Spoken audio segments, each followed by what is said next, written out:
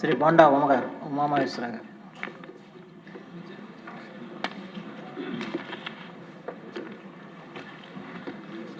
ధన్యవాదాలు అధ్యక్ష. విజయవాడ సెంట్రల్ నియోజకవర్గంలో ప్రధానమైనటువంటి సమస్యలు 3 ఉన్నాయి అధ్యక్ష. ఈ సభ ద్వారా మీ దృష్టికి తీసుకొచ్చి ఆ సమస్యల పరిష్కారానికి ప్రభుత్వాన్ని అడుగుతున్నాం అధ్యక్ష. ప్రధానంగా 1996-97లో ఆనాటి ముఖ్యమంత్రిగా చంద్రబాబు నాయుడు గారు విజయవాడ సెంట్రల్ నియోజకవర్గానికి ఒక ఫ్లైఓవర్, ప్రధానంగా ఆర్ఓబి అధ్యక్ష, అది రైలు ఓవర్ బ్రిడ్జి, దాన్ని ఆయన హయాంలోనే కట్టారు అధ్యక్ష. అది ఇప్పుడు ఆ రోజు జనాభా అయితే 50,000 మంది ఉండేవారు అధ్యక్ష.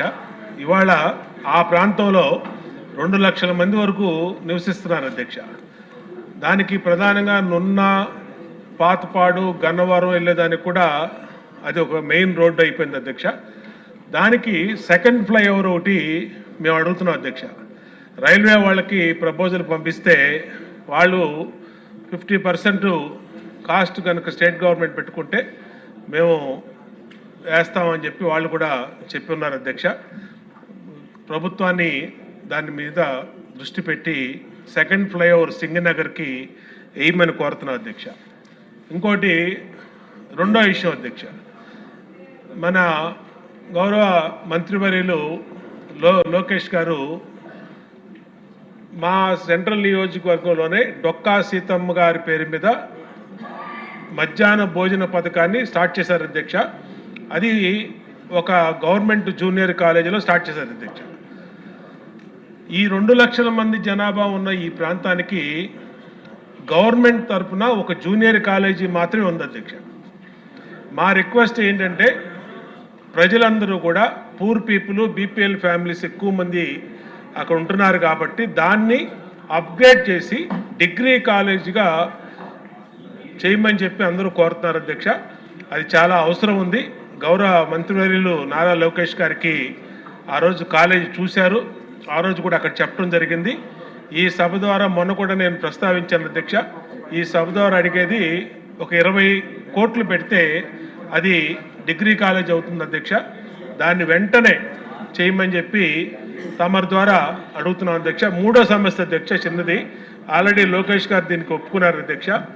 గత ప్రభుత్వం ఈ ఆటోల మీద విపరీతమైనటువంటి ఫైన్లు వేస్తుంది అధ్యక్ష, ట్రాఫిక్ చలానాలు వేస్తుంది. ఆ చలానాలు ఎలాగంటే 1000 రూపాయలు, 2000, డ్రెస్ లేదని, సిగ్నల్ జంపింగ్ అని, అలాగే పార్కింగ్ ఏరియాలో పెట్టలేదు, రాంగ్ పార్కింగ్ ప్లేస్లో పెట్టారని విపరీతంగా చలానాలు వేశారు అధ్యక్ష.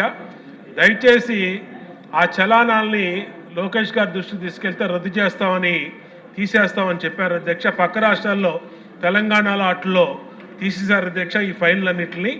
ఆ ఫైన్లని వెంటనే రద్దు చేయమని తమరి ద్వారా మంత్రివర్యుల్ని కోరుతున్నాను అధ్యక్ష.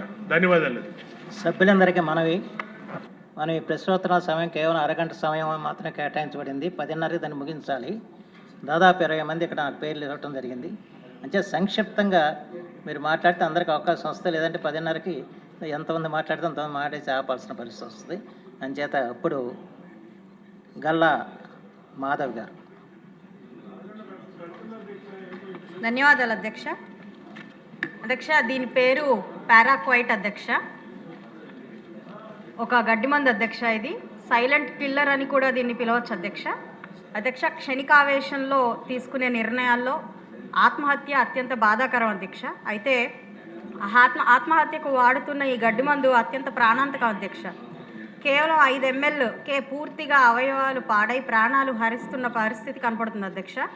ఎంతో సులభంగా తక్కువ ధరకే ఇది దొరకడం, దీనికి విరుగుడు కూడా లేని పరిస్థితి వలన ఈ గడ్డి మందు అత్యంత ప్రమాదకరంగా మారుతుంది అధ్యక్ష.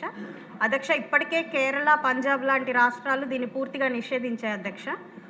అయితే ఈ ఒక్క క్షణికమైన నిర్ణయం పూర్తిగా ఒక కుటుంబం మీద తీర్చలేని పెనుభారంగా అవుతుంది అధ్యక్ష. కావున మన రాష్ట్రంలో కూడా ఈ పారాక్వైట్ అనే ప్రాణాంతక గడ్డి మందును నిషేధించాల్సిందిగా మీ ద్వారా గౌరవ మంత్రివర్యులను కోరుతున్నాను అధ్యక్ష. మొహమ్మద్ షాజాన్ బాషా గారు. నమస్తే అధ్యక్ష.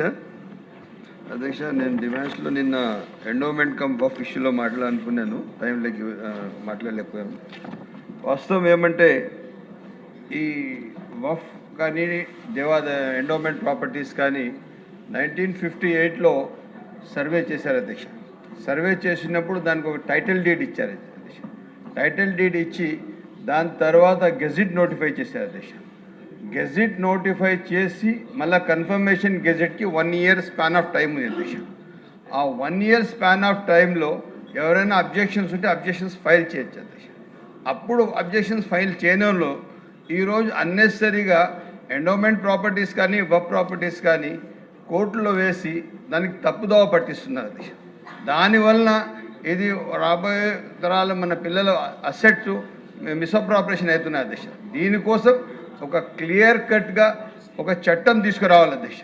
దీనికోసం నేను ఎండోమెంట్ మినిస్టర్ గారు, అదేవిధంగా వఫ్ మినిస్టర్ గారు, రెవెన్యూ మినిస్టర్ గారు ముగ్గురు కలిసి ఒక చట్టం తీసుకుని వచ్చి దీనికి ఎవరైనా వఫ్ కానీ ఎండోమెంట్ ప్రాపర్టీస్ కానీ దీనిపైన ఏదైనా క్లెయిమ్ చేయాలంటే ఫస్ట్ ఒక 50 లక్షల రూపాయలు వాళ్ళు ఇది కట్టాలి అధ్యక్ష, స్టాంప్ కింద.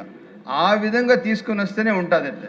అదే కాకుండా ప్రొహిబిషన్లో ఉన్న వఫ్ ల్యాండ్స్ కానీ ఎండోమెంట్ ల్యాండ్స్ కానీ దానికి సబ్ డివిజన్లు అయిపోతున్నాయి, ప్రాపర్టీస్ అవి వేరే 1B అయిపోతున్నాయి. ఎలా జరుగుతున్నాయి దానికి తెలియకుండా ఉంది అధ్యక్ష. ఎగ్జాంపుల్ చెప్తున్నాను అధ్యక్ష, మదనపల్లిలో టీపు సుల్తాన్ గారు ఒక మసీదుకు మాన్యం ఇచ్చారు. సేమ్ టైంలో శివాలయం కట్టించారు అధ్యక్ష. శివాలయాన్ని కూడా ఒక మాన్యం ఇచ్చారు అధ్యక్ష. ఆ శివాలయం మాన్యం వచ్చిందే ఒక లేఅవుట్ వేసి అమ్మేశారు అధ్యక్ష. ఇప్పుడు అదే విధంగా ఇది ఏదైతే టిప్పు సుల్తాన్ వఫ్ ల్యాండ్ ఇచ్చారో సర్వే నెంబర్ 130 ప్రొహిబిషన్ లిస్ట్లో ఉంది, ఇది సబ్ డివిజన్ అయిపోతుంది అధ్యక్ష. ప్రొహిబిషన్లో ఉండే ల్యాండ్ ఎట్లా సబ్ డివిజన్ అవుతుంది? ఏ విధంగా సబ్ డివిజన్ అవుతుంది? అసలు మళ్ళీ దానికి సేల్ డీడ్ ఒకటి అవుతుంది అధ్యక్ష. ఆ సేల్ డీడ్ పట్టుకొని తరచుగా ఒక ల్యాండ్ గ్రాబర్ వచ్చి కోర్టుకి ఇస్తున్నాడు అధ్యక్ష. So it's a misuse of the democracy అధ్యక్ష. సో ఇట్లా దానికి క్లియర్ కట్గా ఒక చట్టం తీసుకురావాలి అధ్యక్ష. ఎందుకంటే this is asset of the public. ఒక హిందూ కమ్యూనిటీకి సంబంధించిన ఎండోమెంట్ ల్యాండ్లో మిస్అప్రాపరేషన్ చేసి లేఅవుట్లు వేసి అమ్మేయడం, అదేవిధంగా ముస్లిం కమ్యూనిటీకి సంబంధించిన వఫ్ ల్యాండ్లో లేఅవుట్లు వేసి దానికి మిస్అప్రాపరేషన్ చేసి